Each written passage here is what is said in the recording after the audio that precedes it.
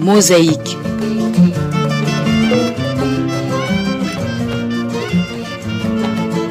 Bonjour à toutes et tous et bienvenue à cette émission Mosaïque. Aujourd'hui, ce sera pour parler éducation, plus précisément l'éducation pour tous les enfants au Burundi. Le 16 juin de chaque année, le monde célèbre la journée de l'enfant africain. Une journée qui a été instituée en 1991 en mémoire du soulèvement étudiant du 16 juin 1976 à Soweto, en Afrique du Sud. Ces étudiants ont manifesté pour protester contre la mauvaise qualité de l'enseignement qu'ils recevaient. Le thème retenu cette année 2024 au niveau africain est l'éducation pour tous les enfants en Afrique. L'heure est venue. Selon les statistiques de l'UNESCO, 20% des enfants âgés de 6 à 11 ans, 30% des enfants âgés de 12 à 14 ans et 60% de ceux âgés de 15 à 17 ans ne sont pas scolarisés en Afrique. Et qu'en est-il alors au Burundi? État des lieux, défis et perspectives. Pour décortiquer le sujet, 4 invités sont avec nous sur le plateau. Dr Sixte Vigny Nimuraba, vous êtes le président de la Commission nationale indépendante des droits de l'homme, CNIDH en sigle. Bonjour et bienvenue. Bonjour et merci pour l'invitation. Merci aussi pour ceux qui sont venus se joindre à nous. Merci. Marizi Hatungimana, vous êtes la directrice de l'éducation préscolaire et de la petite enfance au ministère de l'Éducation nationale et de la recherche scientifique. Bonjour et bienvenue. Bonjour et merci beaucoup de l'invitation. David Ninganza, vous opérez dans le domaine du droit de l'enfance à travers l'organisation Sogepae. Bonjour et bienvenue. Bonjour. Et puis, il y a vous, Alexis Ndayezeguié, psychopédagogue. Bonjour et bienvenue. Merci beaucoup pour l'invitation.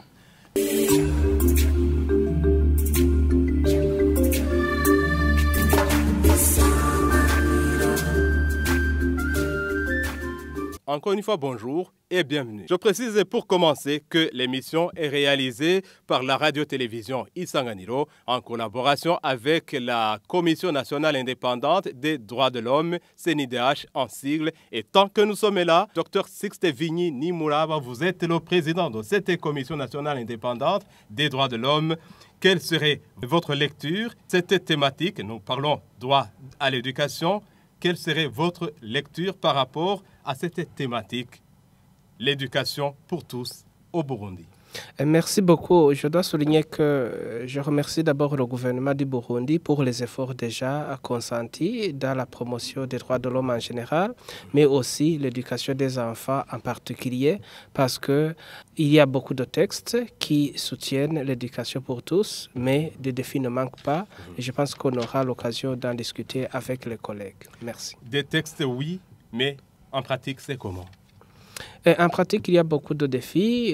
Là, je peux signaler par exemple les cas d'abandon scolaire. Je peux signer la pauvreté qui peut avoir un impact négatif sur l'éducation des enfants. Les enfants en situation de rue, les grossesses précoces, les châtiments corporels. Il y a le travail des enfants, il y a la mendicité, il y a le handicap. Mais aussi l'immigration ou bien même l'émigration qui peut avoir des impacts sur l'éducation des enfants. Quand on parle d'éducation inclusive, de qualité, gratuite, tout au moins au niveau du fondamental, est-ce une réalité au Burundi selon vous? Dans la loi, oui, mais en pratique, il y a beaucoup de facteurs qui interviennent. Ce n'est pas seulement parce que l'éducation est gratuite, parce que les familles ont un besoin de fournir d'autres choses, comme l'alimentation, comme l'habillement et d'autres besoins que les enfants doivent avoir pour pouvoir continuer l'éducation. Il y a les enseignants qui doivent être dans une situation plus ou moins acceptable économiquement, mais aussi avoir des compétences intellectuelles qui facilitent à ce qu'ils puissent transmettre la matière aux enfants.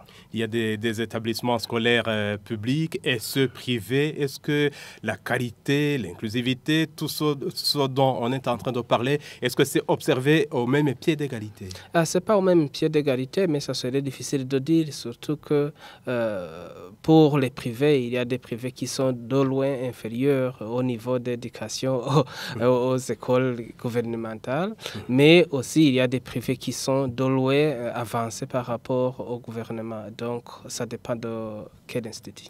Et je vais adresser là où les mêmes questions à vous et tout le plateau en général. Madame Marizi Hatungimana, directrice de l'éducation préscolaire et de la petite enfance au ministère de l'Éducation nationale et de la recherche scientifique. Quand il faut parler du droit à l'éducation, votre lecture, vous vivez ces situations au quotidien, votre lecture par rapport à cette éducation pour tous au Burundi, c'est comment?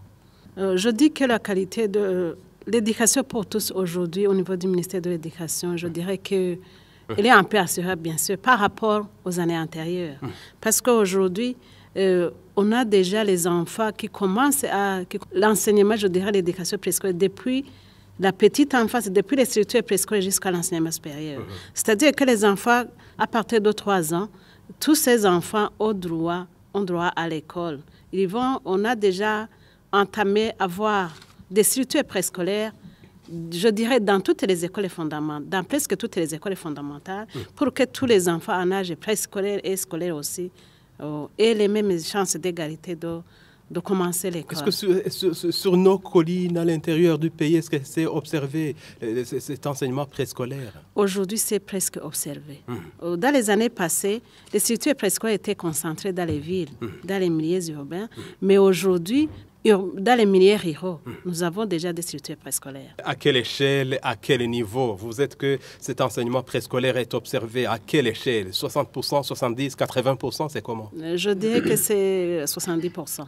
Parce qu'il y a quand même des écoles fondamentales qui n'ont pas des structures préscolaires, mais ce n'est pas beaucoup par rapport aux années antérieures. Je dirais aujourd'hui, toutes les directions provinciales scolaires organisent ces structures préscolaires. Même dans toutes les DC, dans toutes les directions communales, nous avons des structures préscolaires. Et la gratuité de l'enseignement? La gratuité de l'enseignement au niveau de l'éducation préscolaire, c'est gratuit. C'est gratuit. Que ce soit au niveau de l'éducation préscolaire, que ce soit au niveau de l'enseignement fondamental. C'est gratuit. Quand on parle de fondamental, c'est jusqu'en 9e ou 6e? Oui, c'est de la première année jusqu'en 9e. Jusqu'en 9e, c'est gratuit? Oui. Et ces frais qu'on fait payer, il y a des responsables d'établissements scolaires qui font payer certains frais par an aux enfants. Pourquoi ça? Je dirais que par rapport aux frais exigés pour créer un enseignement de qualité, les frais qui sont exigés, ce n'est pas la direction qui exige, ce n'est pas le ministère qui exige. C'est parce qu'aujourd'hui, nous avons une école communautaire. Chaque parent doit contribuer pour que son enfant doivent suivre réellement l'enseignement comme il faut. Parce que si l'État disponibilise les enseignants, disponibilise le manuel scolaire, disponibilise, je dirais, les salles de classe et ainsi de suite, je ne dirais pas que ce n'est pas gratuit. Par exemple, si on va dans les pays proches, par exemple le Congo, c'est le parent qui doit s'organiser, qui doit chercher tous les moyens possibles pour que son enfant étudie. Donc, ce n'est pas la même chose que... Et qu'en est-il, Madame Marizi Hatungimana, quand il faut parler de ratio élèves-enseignants, budget alloué à l'éducation, à cette rubrique éducation pour tous, s'il y en a? Dans les conditions normales, l'enseignant devrait avoir au plus 60 élèves. Mais aujourd'hui, n'oubliez pas que le taux de fécondation du pays au niveau de la communauté et avec les moyens qu'on dispose. Ça dépasse. Nous avons beaucoup d'enfants qui doivent, parce que nous sommes dans l'éducation pour tous, tous ces enfants doivent aller à l'école. C'est pourquoi aujourd'hui, on peut observer que dans les salles de classe, la ratio élèves-enseignants, ça peut dépasser 60. Ça peut aller jusqu'à 100 ou même plus, n'est-ce pas? Oui, je sais.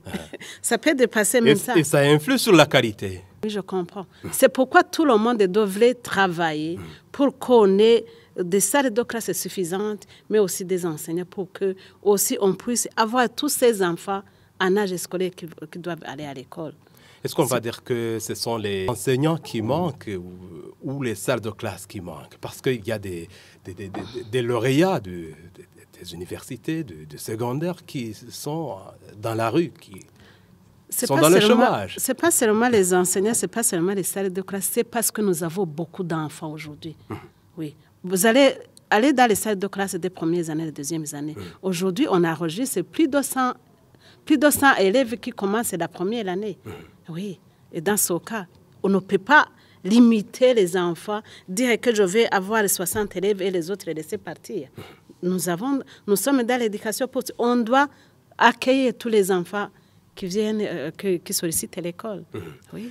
David Ninganza, vous opérez au sein de l'organisation Sojepaye pour une organisation qui lutte en faveur du droit de l'enfance au Burundi. Votre point de vue par rapport à cette éducation pour tous dont on est en train de parler pour le cas présent, c'est comment? L'éducation pour tous, c'est oui. L'éducation est gratuite, mais n'est pas obligatoire. Car l'école n'est pas obligatoire. L'éducation n'est pas obligatoire. L'école n'est pas obligatoire. L'école est gratuite, mais n'est pas obligatoire. Quand elle n'est pas obligatoire, il est difficile de comprendre qu'on perd ici l'éducation pour tous. Pourquoi? Quand il y a une loi régissant l'école obligatoire, c'est-à-dire qu'il y a des textes d'accompagnement qui montrent qui fait quoi, pourquoi cet enfant n'est pas à l'école. Aujourd'hui, on observe des enfants en débandade, des enfants qui ont abandonné l'école, mais qui avaient embrassé l'école au départ. On voit aussi dans la rue des enfants qui n'ont pas eu la chance de fréquenter l'école. On voit aussi les enfants qui sont sous l'exploitation économique, d'ici et là, dans beaucoup de domaines. Au moment où d'autres sont à l'école. Pourquoi tout ça? C'est parce qu'il n'y a pas une loi qui statue sur l'école obligatoire. Alors, quand il y a cette loi, il y a des textes d'accompagnement qui vont montrer qui fait quoi. Pourquoi cet enfant n'est pas à l'école? Est-ce que ce sont les parents qui ont négligé? Parce que la loi burundaise réprime la négligence des parents. Est-ce que c'est la communauté qui n'a pas joué son rôle? Parce que l'enfant, selon les Burundais, la communauté, les leaders communautaires, comme celui du ministère de l'Éducation vient de redire, que l'école est communautaire, pourquoi il n'y a pas de pupitre au moment où il y a des leaders communautaires? Et pourquoi il n'y a pas de l'eau? Pourquoi il n'y a pas de l'hygiène et assainissement à l'école? Parce que c'est communautaire, parce que le chef collinaire est impliqué, l'administrateur communal est impliqué. Est-ce que c'est vraiment le ministère qui doit acheter des pupitres? À la rentrée scolaire, j'étais avec le ministre à la radio-télévision nationale du Burundi. On lui a posé la question, est-ce comment voyez-vous la constellation de l'éducation, le budget alloué à l'éducation par rapport à l'enseignement? Je me rappelle bien qu'il a dit quand même que le gouvernement a avancé, qu'il a donné 1 milliard pour acheter les pupitres. Imaginez-vous, 1 milliard dans tout le pays, pupitres de 50 000, c'est-à-dire qu'on aura 20 000 pupitres. 20 000 20 000 pupitres, c'est-à-dire avec 115 communes, chaque commune aura ça 65.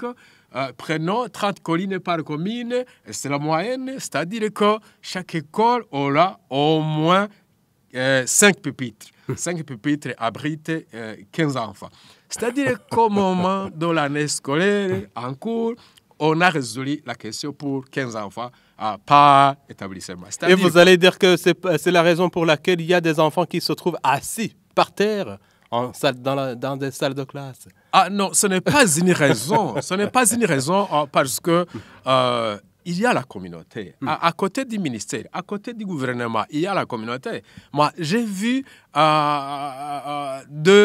aujourd'hui, il y a le nouveau système parce que il y a le comité de gestion de l'école. Et il y a ceux qui décident, en collaboration avec les parents, d'acheter les pupitres. Même d'autres lieux où vous allez trouver que les enfants sont complètement abandonnés, ces lieux où ces enfants sont assis par terre, tout autour, vous allez visiter les cabarets, les lieux, dans les bistrots. Il y a des chèvres là-bas. ils consomment des boissons, ils consomment de la viande, mais leurs enfants ne parviennent pas de décrocher les pupitres pour pouvoir étudier. Premièrement, c'est aussi une violence parce que ces enfants tortillent les colonnes vertébrales, peuvent avoir des problèmes de santé. C'est la raison pour laquelle avoir une éducation pour tous, c'est tout d'abord la considération du budget par rapport à la situation réelle. Combien des infrastructures, combien des enseignants affectés ou recrutés par là, combien du matériel scolaire, pédagogique qu'on dote à ces établissements. Parce que... Et ça demande des moyens, n'est-ce pas? Ça demande des moyens, c'est-à-dire que le budget qu'on donne aujourd'hui au ministère de l'Éducation est négligeable. Tu vois, quand vous allez visiter les chiffres, à peu près 47% de la population sont des enfants encore qui sont sur le bandeau de l'école. Quand vous observez le bandeau scolaire, 10% des enfants abandonnent l'école chaque année.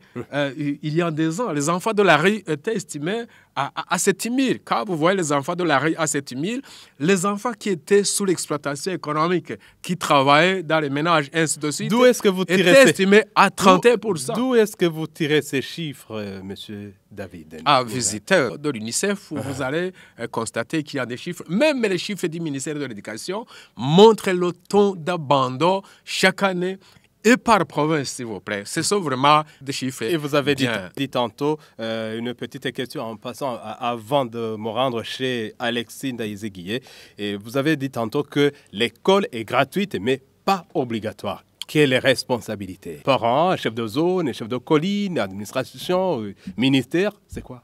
La responsabilité incombe au gouvernement tout d'abord. Il faut qu'il y ait une loi sur l'obligation scolaire et les textes d'accompagnement qui vont orienter qui fait quoi. Ça, c'est un. Deuxième chose, malgré ça, il y a quand même d'autres avancées par le gouvernement. Quand vous allez visiter, il y a eu des constructions des écoles par colline. Ça, on devrait vraiment en profiter. Il y a loi sur la gratuité après tout. Il y a la création des cantines pour maintenir les enfants à l'école, pour qu'il n'y ait pas de prétextes qui disent quoi? Non, vraiment, mon enfant n'a pas mangé. Il y a aussi, je suis en train de parler, les avancées. Il n'a pas mangé à la maison, il va manger à l'école, c'est ça? Oui. Il y a aussi la formation des pères et des tantes au niveau de l'école. Ce sont des enseignants qui parviennent à détecter les enfants en problème, les enfants en difficulté, pour pouvoir chercher des solutions sages et pacifiques et durables aussi. Je vais revenir vers vous, monsieur Alexis Ndaïzeguié, psychopédagogue. Je posais cette question par rapport à cette éducation pour tous au Burundi. Ça se présente comment, selon vous? Merci pour cette question. Quand on essaie de voir, il y a vraiment la disponibilité. Le gouvernement est en train de faire tout ce qui est à ses possibilités pour que l'éducation soit vraiment pour tous. Nous voyons dans la construction des écoles, et aussi nous voyons le matériel, nous voyons quelquefois l'achat des matériels scolaires, le recrutement des enseignants. Mais le problème résiste parce que l'éducation, en premier lieu, est basée d'abord sur l'enseignant. L'enseignant qui doit être disponible et aussi qui doit mériter ou bien qui doit avoir des recyclages. Il y a la première question, c'est le niveau vraiment qui est observable, même le ministère de l'Éducation a évalué pour voir ici quelles sont les grandes causes. Actuellement, on a vraiment vu que le niveau, à travers le test, le niveau des enseignants est et les enseignants ont un niveau bas au niveau de langue d'enseignement. Avoir un niveau bas pour l'enseignant, ça signifie quoi? Signifie que l'enseignant, par exemple, dans la langue d'enseignement, l'enseignant n'est pas en mesure de transmettre correctement à travers les questions qu'on a, que le ministère a élaborées, avec l'enseignant vraiment ne maîtrisait pas. Il y a des enseignants qui ne maîtrisaient pas la langue d'enseignement. Il y a des moments, des lieux où l'enseignant n'est pas à la hauteur de ses tâches, des tâches lui confiées. C'est normal, et c'est normal parce que ça arrive au cas où, par exemple... Ça a un impact négatif, ça a un impact négatif au niveau de la perception de l'apprenant, au niveau de la maîtrise des apprentissages, parce que les apprentissages devraient donc être... l'enseignant devrait transmettre les apprentissages dans une langue qu'il maîtrise. Et aussi, l'enfant doit maîtriser aussi de son tour, apprendre ce que l'enseignant a dit, doit maîtriser, mettre dans sa tête ce que l'enseignant a dit. C'est dans cette optique, c'est une des causes. Ce n'est pas vraiment, il y a beaucoup de causes en général. Et je reviens aussi sur la parentalité. Actuellement, les parents ont vécu, nous tous, nous avons vécu des périodes de guerre. Et cela a affecté notre cerveau, notre façon de penser, notre façon d'exprimer nos émotions. Et cela, en exprimant nos émotions en tant que parents, les enfants sont affectés. La manière d'éduquer, la négligence parentale, ce n'est pas parce qu'ils veulent négliger, mais les parents, actuellement, donc ne trouvent pas des ressources parentales suffisantes par rapport à... Mais monsieur Alexis, quand vous dites qu'il y a des enseignants qui ne sont pas en mesure de transmettre des connaissances chez les apprenants, et nous apprenons qu'il y a passation de tests pour être recruté comme enseignant aujourd'hui, n'est-ce pas?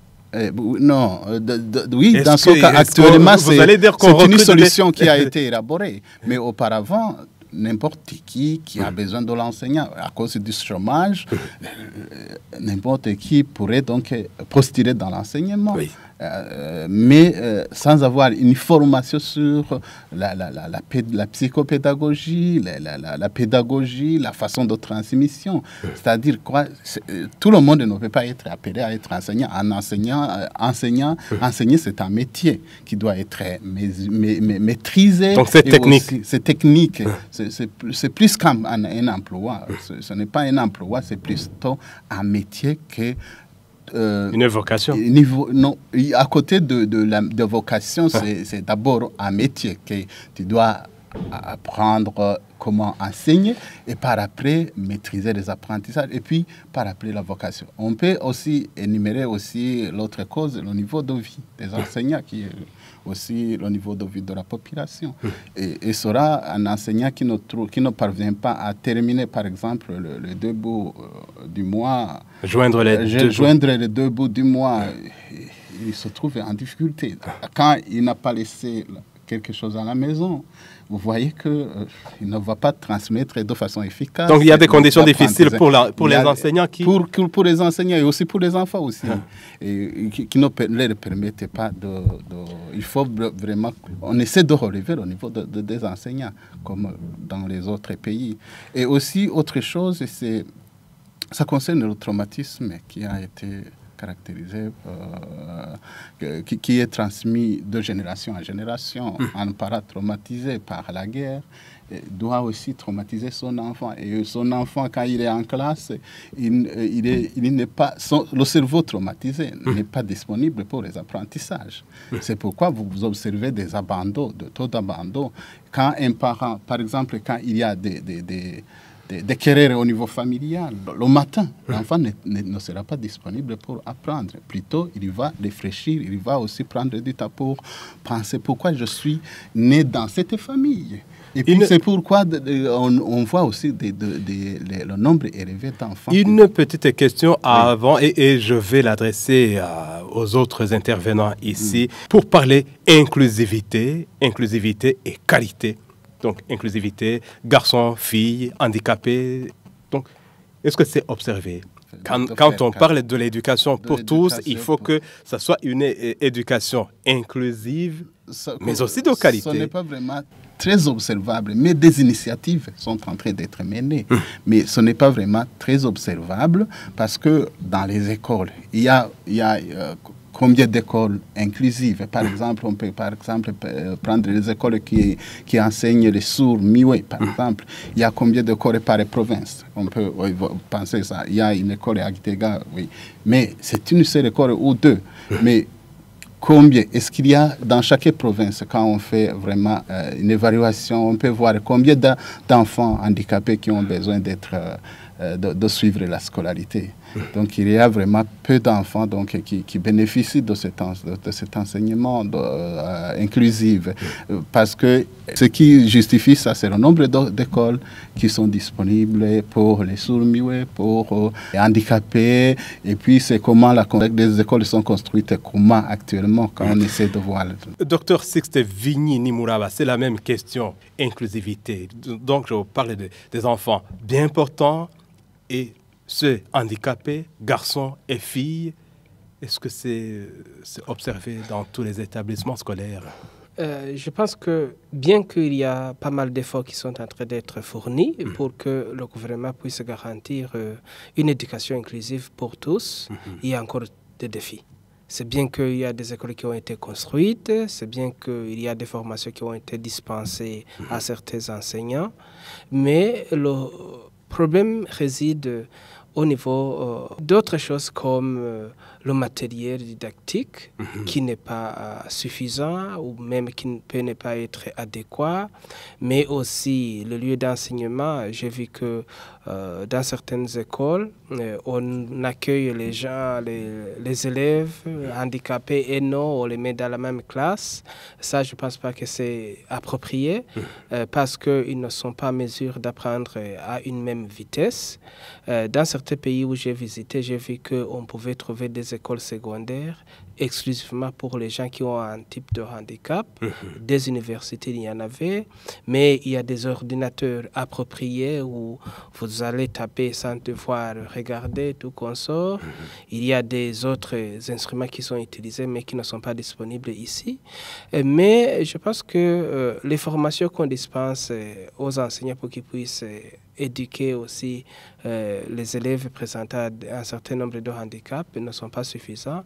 Je plaide pour qu'il y ait des formations, surtout à l'étranger pour les enseignants, que ce soit au niveau fondamental ou même post-fondamental, pourquoi pas même l'université, parce qu'il y a beaucoup d'universités que j'ai vues qui sont très avancées, qui peuvent influencer sur ça. Mais aussi les locaux, vous allez trouver qu'il y a des écoles en étage où les gens ne peuvent pas arriver, tout consort. Oui. Il faut qu'on y travaille. En termes de qualité, là, je ne peux pas rater de dire que tu ne peux pas avoir une éducation de qualité si vous n'avez pas des enseignants qui ont été éduqués bien. Donc en tout cas, pour enseigner ces handicapés, donc il y a chaque type d'handicap. Il faut des enseignants spécialisés en la matière, n'est-ce pas? Oui, mais en général, ce n'est pas seulement pour les handicapés, mais pour l'éducation en général. Donc, je ne pense pas que les gens ont été vraiment bien formés et qu'ils ont tout ce qui était nécessaire pour qu'ils puissent vraiment dispenser. Je donne un exemple. Moi, quand j'ai étudié à l'étranger, les élèves ou les étudiants sont des amis de leurs professeurs, de leurs enseignants.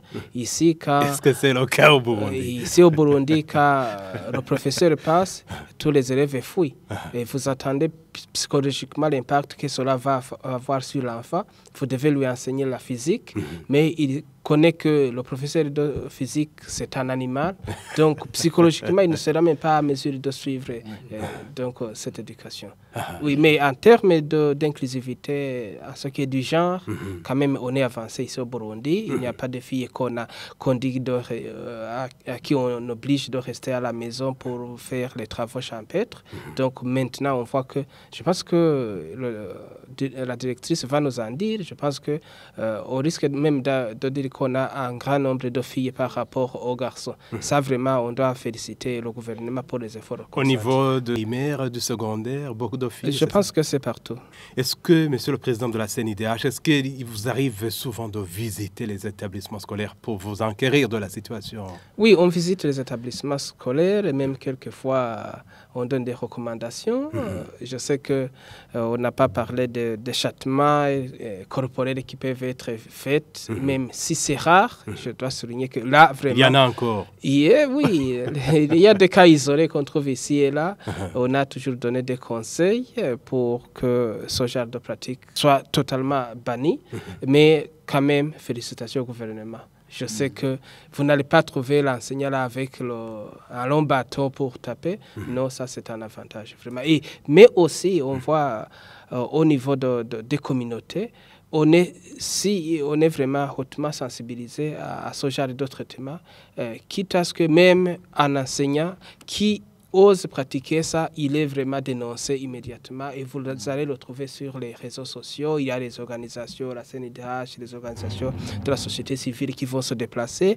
Il y a les contrôleurs au niveau de l'éducation qui vont se déplacer. Je pense qu'il y a quelques années, ça, vous ne pouvez pas le voir. Quand on parlait d'éducation pour tous, ça englobe beaucoup de choses, mais ça demande en tout cas des moyens financiers. Est-ce que, je ne sais pas si vous êtes en contact avec le ministère de l'Éducation nationale et de la recherche scientifique et pour parler du budget alloué à ce secteur de l'éducation par rapport au budget général de l'État? Je pense que le budget alloué à ce secteur de l'éducation est de loin pour être suffisant.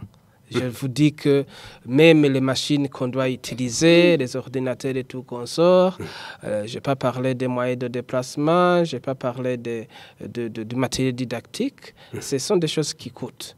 Ailleurs, les enseignants qui font les recherches, ils sont assistés. Je ne peux pas dire combien on paie, mais ici, je pense que même ceux qui font des recherches, s'il y en a encore, ils le font à leurs propres frais. Et je vous dis que ça a un impact très significatif et négatif sur l'éducation. Cette question devrait être posée aussi à vous. Marizia Tungimana, directrice de l'éducation préscolaire et de la petite enfance au ministère de l'Éducation nationale et de la recherche scientifique. Et le budget alloué à ce secteur, ça s'élève à combien par rapport au budget général de l'État? Je dis d'emblée qu'il me sera très difficile de parler dire exactement le budget qui est alloué au ministère aujourd'hui, parce que je n'ai pas l'information sur moi directement, mais je sais que quand même le budget qu'on utilise aujourd'hui par rapport aux années antérieures, je ne dirais pas que c'est suffisant, bien sûr, parce que les besoins sont nombreux. Nous avons besoin de beaucoup de choses pour pouvoir arriver à la qualité de l'enseignement des apprentissages. Et aussi, mais quand même, je dirais que on peut essayer, avec les efforts du gouvernement, on peut quand même arriver à faire quelque chose. Si je reviens à la question qui vient d'être posée à mon collègue, quand on dit que... Inclusivité, qualité. Quand on dit à l'inclusivité que il fallait différencier, il fallait dissocier les élèves avec handicap aux autres enfants, ça serait la discrimination totale, alors que nous avons besoin de l'inclusivité. Alors, seulement, il faut que les enseignants qui aident ces enfants avec handicap soient formés, soient outillés pour qu'ils puissent arriver à détermination. Est-ce que les aveugles, les enfants aveugles, par exemple, peuvent être enseignés dans une même salle de classe avec les enfants bien portants? Oui, avec les critères de Braille qu'on utilise, l'enfant aveugle peut continuer à apprendre avec les autres. Mais bien sûr, avec le temps d'apprentissage que nous avons, il faut qu'il y ait quelqu'un qui est à côté de lui pour pouvoir le soutenir. Sinon, avec les critères de Braille, l'enfant qui est avec handicap, qui est aveugle, ou bien qui a une difficulté de parler, l'enfant peut comprendre, peut étudier avec les autres. Seulement, il faut qu'il y ait un temps suffisant. Aller à l'école Notre-Dame de Guitega. Mais il faut aussi des enseignants spécialisés en cette matière. Oui, des enseignants spécialisés pour pouvoir appuyer, pour soutenir l'enfant. Oui, parce que l'enseignant qui est en train d'enseigner avec tous les enfants n'est pas spécialisé avec l'écriture braille. C'est pourquoi il faut qu'il y ait à côté un enseignant spécialisé avec l'écriture braille qui va par après aider l'enfant avec ce genre d'handicap. Un mot à placer, M. David Ninganza de l'organisation Sojepaye par rapport à cette inclusivité, mais aussi par rapport au budget alloué au secteur de l'éducation en général. Merci. L'inclusivité, tout d'abord, les enfants ont besoin spécifiques. Il y a des partenaires incontournables. C'est-à-dire, il y a l'école, il y a aussi la communauté, les parents. Il y a des enfants aujourd'hui qui n'accèdent pas à l'école parce que l'enfant est devenu fardeau pour la famille. L'enfant, un fardeau. L'enfant vivant avec handicap, au lieu d'être réponse, il est devenu fardeau pour la famille. Parce que ça exige beaucoup de moyens, ça exige beaucoup de temps, c'est-à-dire que le parent va rester longtemps avec l'enfant. C'est la raison pour laquelle il décide de ne pas faire inscrire l'enfant à l'école. Ça, c'est dangereux, c'est-à-dire que pour qu'il y ait l'inclusivité, même pour ceux qui sont à l'école, il faut penser à ceux qui n'ont pas eu l'occasion d'embrasser l'école. Là, la balle est chez les leaders communautaires, comme je l'ai dit au départ, l'administration locale, les élus locaux. C'est la raison pour laquelle on devrait amener ces enfants à l'école et l'école joue selon après. Quand je parle des enfants à besoins spécifiques, je veux parler d'une autre catégorie d'enfants oubliés. Si vous voulez, la question de scolarité, ce n'est pas ça le problème. Parce qu'on observe que 88% d'enfants embrassent l'école. Le problème, c'est la déscolarisation, l'abandon scolaire. Moi, je place la déscolarisation à 4 niveaux. Il y a la déscolarisation volontaire. Les enfants même qui décident donc de se retirer à l'école, peut-être ils n'ont pas de référence, mon grand frère lui aussi l'a terminé, il n'a pas de job, je ne vois même pas l'importance, ainsi de suite. Donc il ne voit pas de débouché. Oui, il y a aussi la déscolarisation communautaire. Quand vous voyez des enfants employés d'ici là à l'âge d'être scolarisés, avant même l'âge de travailler, vous trouvez que la communauté aussi joue un rôle important. Il y a aussi des scolarisations des parents. Les parents qui prennent prétexte comme la pauvreté aiguë, mais quand même, ce n'est pas l'enfant qui doit faire vivre les parents, c'est plutôt le contraire. Ça, c'est vraiment abandon de leurs responsabilités. Il y a aussi notre déscolarisation. Donc, vous allez dire qu'il y a des parents qui fuient leurs responsabilités envers le droit de l'enfant. Oui, envers le droit de l'enfant. Parce qu'il n'y a pas de motif qui pousse les parents de déscolariser les enfants. Le danger, c'est la déscolarisation institutionnelle. Ça, je souligne.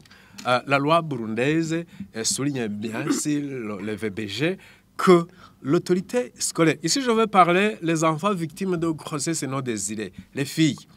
Quand on dit les filles victimes... Et là, M. David Ninganza, sans vous couper la parole, vous allez directement pour parler de défis. Donc, des défis qu'il y a dans ce secteur, c'est... Quand vous parlez de l'inclusivité, ce sont des enfants à besoins spécifiques. Ça, c'est une autre catégorie d'enfants vulnérables, exposés même. Parce que même dans les textes au niveau du ministère, vous allez trouver les enfants victimes. Quand l'enfant est déjà victime, a besoin d'être soutenu, a besoin de solutions, n'a pas besoin d'être sanctionné. Alors, ces enfants sont sanctionnés. Alors, c'est le règlement scolaire qui dit que l'enfant victime de grossesse non désirée doit réintégrer l'école après 12 mois d'arrêtement. Imaginez-vous alors 12 mois d'arrêtement. C'est une sanction parce que, les congés prénatales, postnatales sont connus. C'est 45 jours avant et 45 jours après.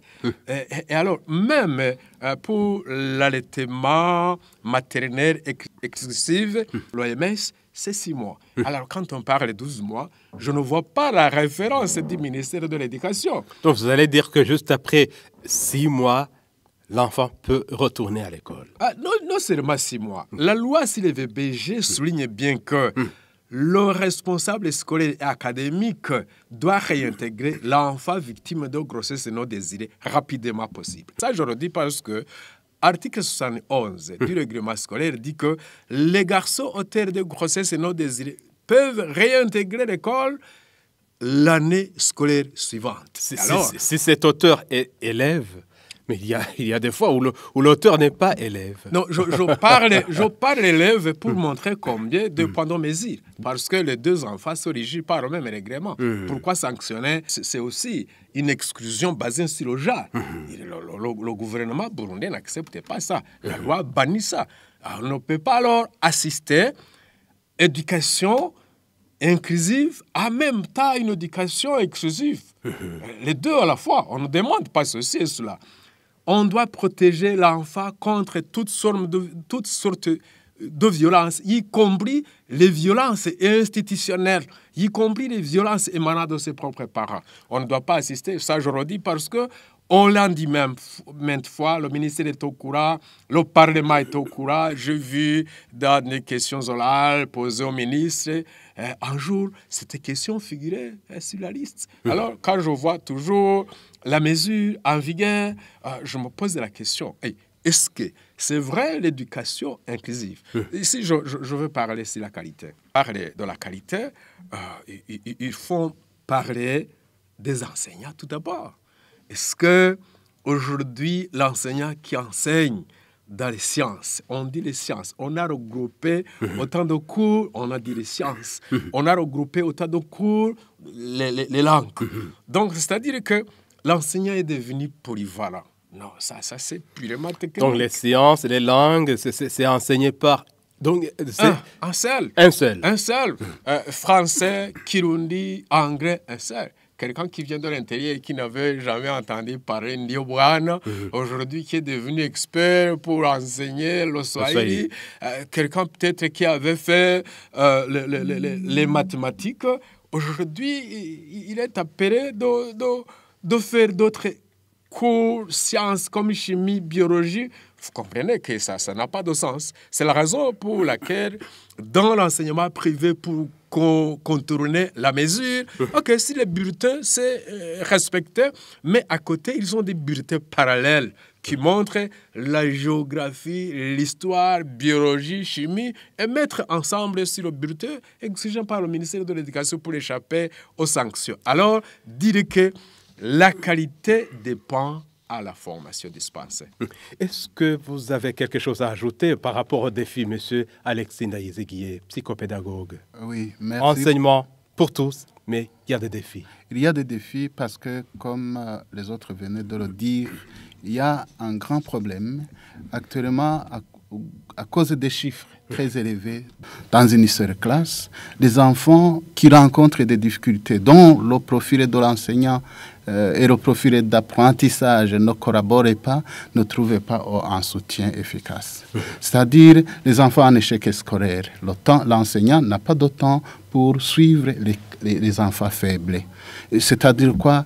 Il y a, par exemple, dans une école où l'enseignant devrait en général enseigner 40 élèves, ne devrait pas dépasser de 40 dans les normes internationales. Mais actuellement, l'enseignant qui suit 120 élèves ou 100 élèves ou 80 élèves pas comprendre la matière. Il y a beaucoup de facteurs. Plus le nombre d'enfants augmente, plus les difficultés dépassent la capacité de traitement de l'enseignant. Dans ce cas, ces enfants qui ont un niveau qui ne comprenaient pas facilement, ne sont pas vraiment accompagnés de façon efficace. Un autre défi, c'est que les parents, à un certain moment, comme les autres venaient de le dire, les parents, ce sont des conséquences à un certain moment liées au fait que les parents, à un moment donné, ne peuvent pas la nervoir. À un certain moment, les parents qui ne suivent pas de façon régulière, parce que ne suivent pas de façon régulière l'enfant, régulièrement, parce que les parents, à un certain moment, se lancent dans des activités, bien sûr, de façon normale, mais à un certain moment, on observe, les parents ne parviennent pas à suivre régulièrement. Il y a même des parents qui ne connaissent pas l'enseignant de son enfant. Qui parle, et oui. Et c'est dans ce cas, il y a aussi d'autres facteurs, c'est que les enseignants aussi ne trouvent pas l'opportunité. Donc il y a la responsabilité des parents. Oui, la responsabilité des parents et aussi le recyclage des enseignants qui doit être vraiment en fonction surtout des défis du moment. Par exemple, l'éducation.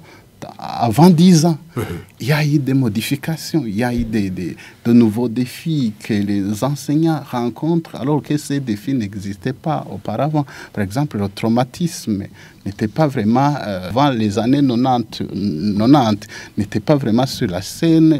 L'enseignant n'était pas beaucoup appelé à accompagner les enfants traumatisés.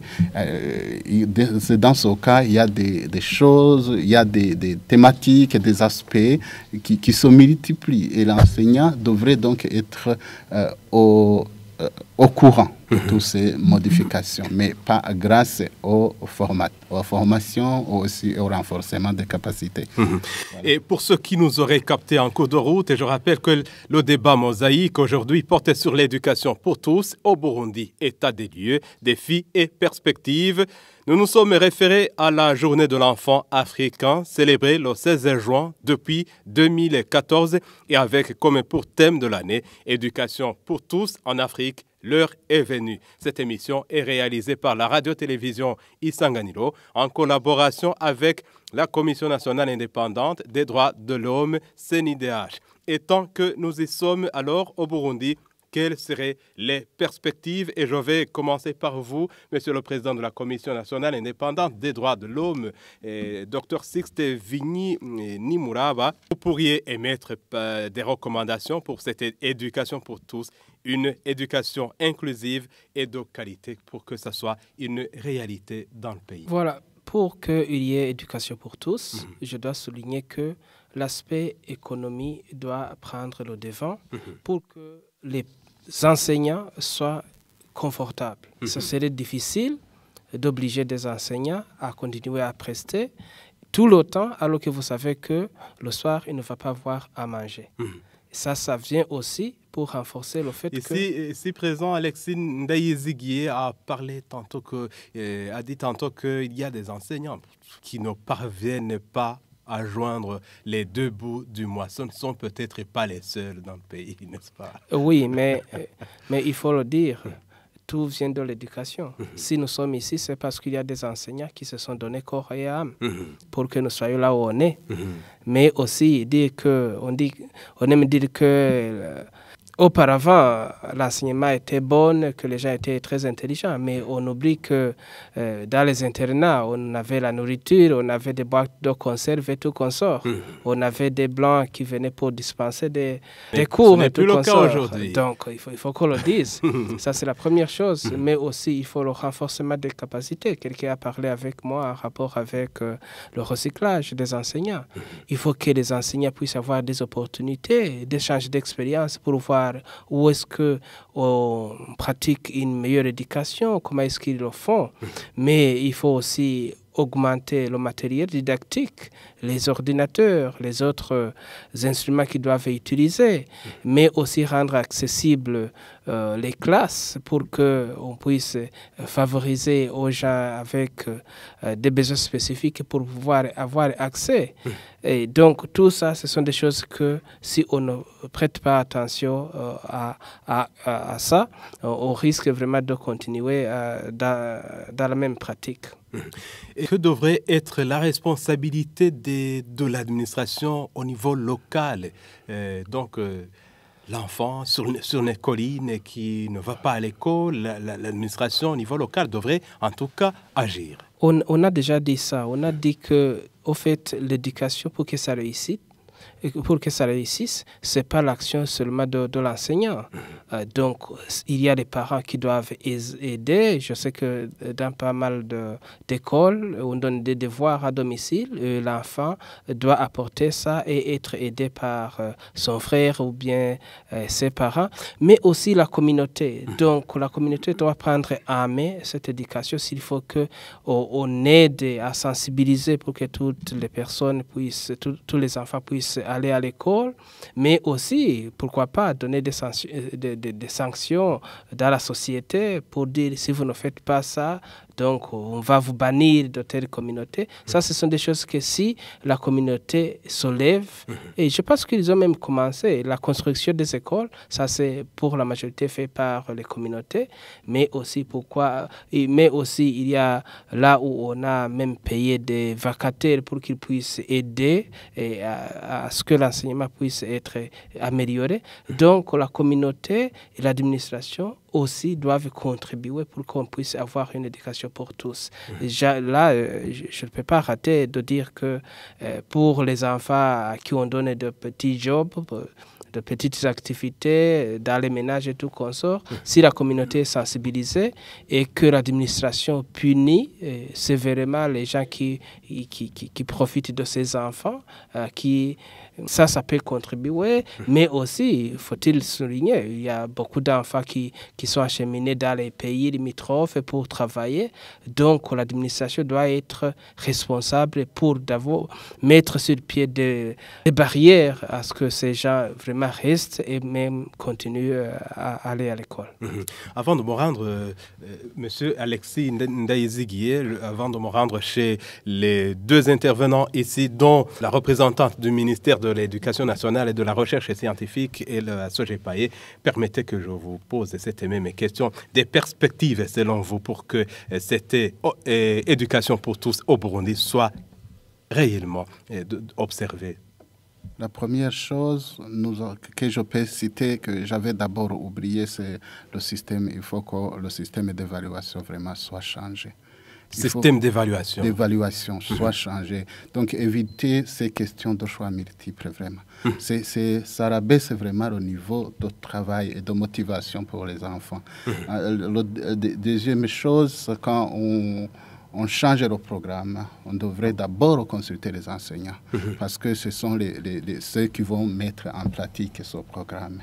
Et les autres perspectives, c'est dans le but d'améliorer donc la qualité de l'éducation. Ça concerne vraiment le niveau, relever le niveau vraiment des enseignants, le niveau que ce soit dans le niveau qui va permettre à l'enseignant de bien transmettre les apprentissages et aussi relever aussi le niveau, impliquer aussi les parents. Parce que le ministère, de manière générale, le ministère de l'Éducation ne devrait pas travailler dans les écoles seulement, devrait aussi travailler dans les parents pour que les enfants soient préparés dans leur famille et aussi, avant d'arriver à l'école, soient vraiment bien préparés au niveau de traitement des enfants, dans la façon de traiter les enfants, dans la façon aussi de les éduquer avec plus de ressources éducatives et de résilience avant qu'ils commencent la scolarité. Dans ce cas, les enfants vont venir à l'école avec des cerveaux bien outillés, préparés, capables d'affronter les apprentissages et aussi de surmonter les défis qu'ils vont rencontrer à l'école. Par exemple, tu peux ne pas trouver un enseignant qui vous a enseigné convenablement. L'enfant aura des ressources lui permettant d'aller fouiller ailleurs.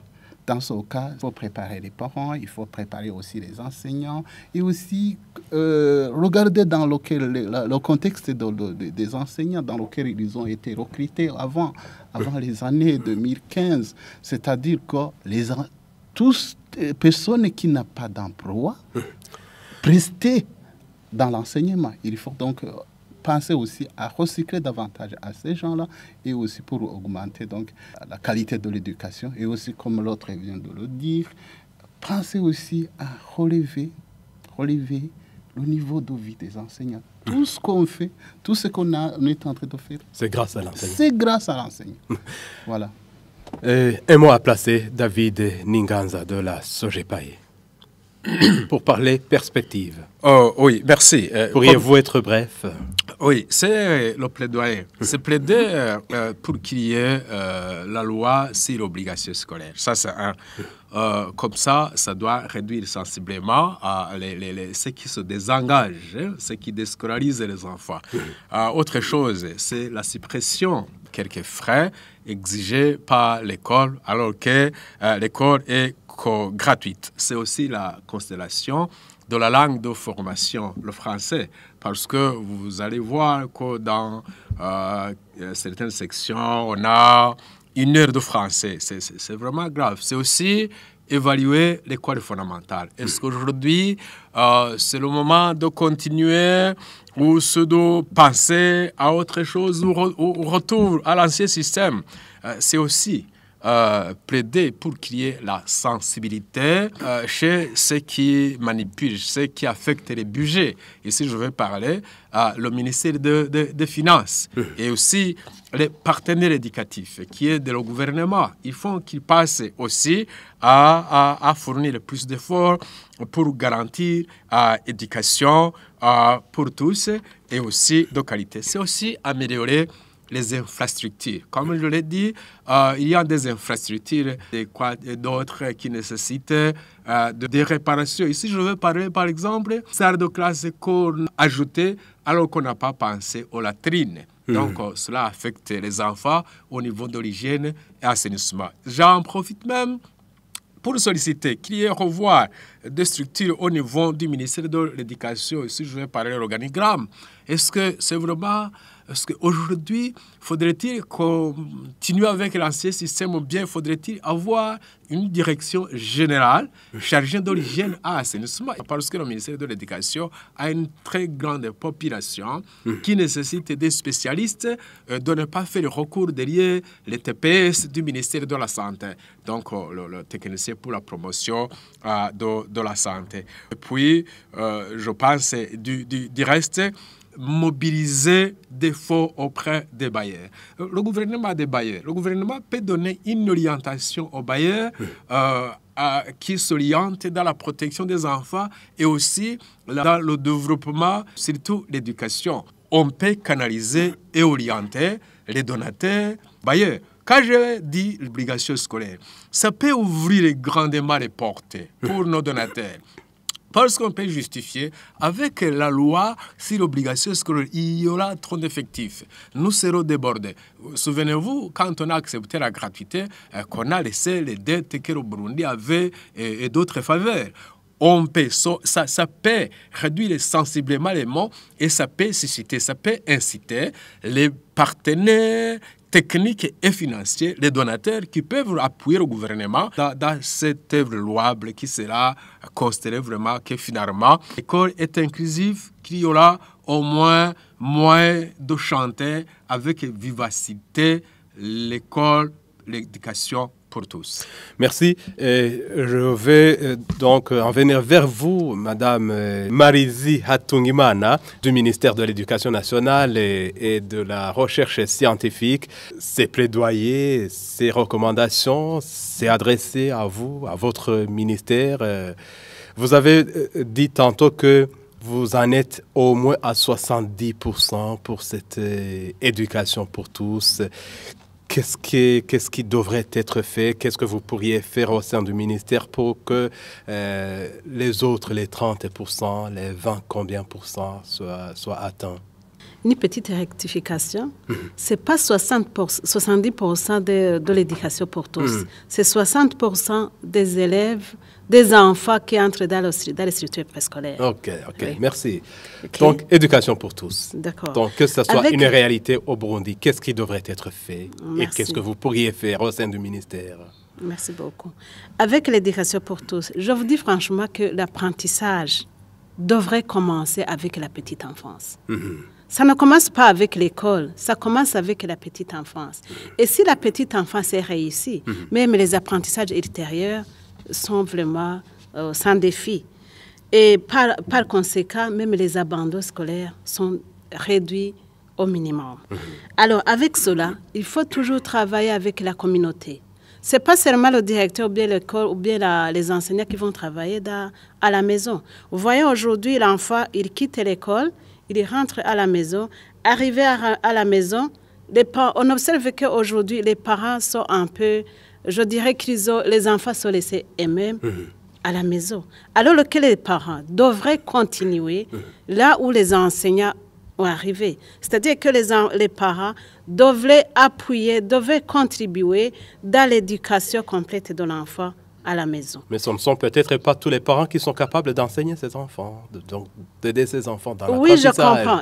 C'est pas dans l'enseignement, dans l'encadrement. Okay. Que ça soit dans l'encadrement de façon globale. Il faut que les enfants ne soient pas laissés à eux-mêmes quand ils sont à la maison. Souvenez-vous que dans les années antérieures, si je vois autour de la table, nous avons étudié avant et après-midi. Et les avant-midi, c'était concentré dans les apprentissages. Et après-midi, c'était pour faire asseoir les acquis qu'on a eu dans l'avant-midi et renforcer pour avoir quand même le niveau.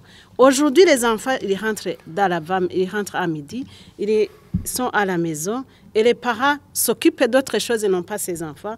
Et les enfants sont appelés à suivre beaucoup. Souvenez-vous que les enfants d'aujourd'hui, à la maison, il faut beaucoup de choses et non pas ce qu'ils ont vu à l'école. Ils sont appelés à manipuler les téléphones, à observer les télévisions. Et ce qu'ils observent dans la télévision ou bien dans la machine, ce n'est pas toujours constructif. Ce n'est pas toujours instructif. Pour dire que l'encadrement de façon globale à la maison est toujours nécessaire. Alors, il faut appeler à toute la communauté. Le ministère a tout fait, même si on a dit que ce n'est pas obligatoire, avec les comités de gestion de l'école, avec la composition de gestion de l'école, il y a les enfants, il y a les enfants quand ils sont à l'école, il y a aussi les parents, il y a aussi les administratifs, c'est-à-dire les représentants de l'administration territoriale. Dans ce cas, il faut que tout le monde travaille convenablement pour l'intérêt de l'enfant et non pas pour l'intérêt personnel. Alors, aujourd'hui, je dis que l'avenir du pays doit toujours baser sur l'avenir de l'enfant, sur la qualité, sur l'éducation de l'enfant. Alors, si on ne travaille pas depuis la petite enfance, je dirais que les premiers jours sont très importants dans l'avenir de l'enfant, dans la personnalité totale. Donc, il faut qu'on ait un enfant en développement intégré dans tous les aspects pour l'avenir du pays, pour l'enfant. Merci beaucoup. Et c'est donc par ici que nous mettons un point final à l'émission Mosaïque d'aujourd'hui. Nous disons merci à nos invités, Marizi Hatungimana, directrice de l'éducation préscolaire et de la petite enfance au ministère de l'Éducation nationale et de la recherche scientifique, David Ninganza de l'organisation Sojepaye, œuvrant dans le domaine du droit de l'enfance au Burundi. Et il y a aussi Alexis Ndayezeguié, psychopédagogue, ainsi que Dr Sixte Vigny Nimuraba, président de la Commission nationale indépendante des droits de l'homme, CNIDH, en sigle. Restez branchés, nos programmes continuent sur Isanganiro. À la prochaine. Mosaïque.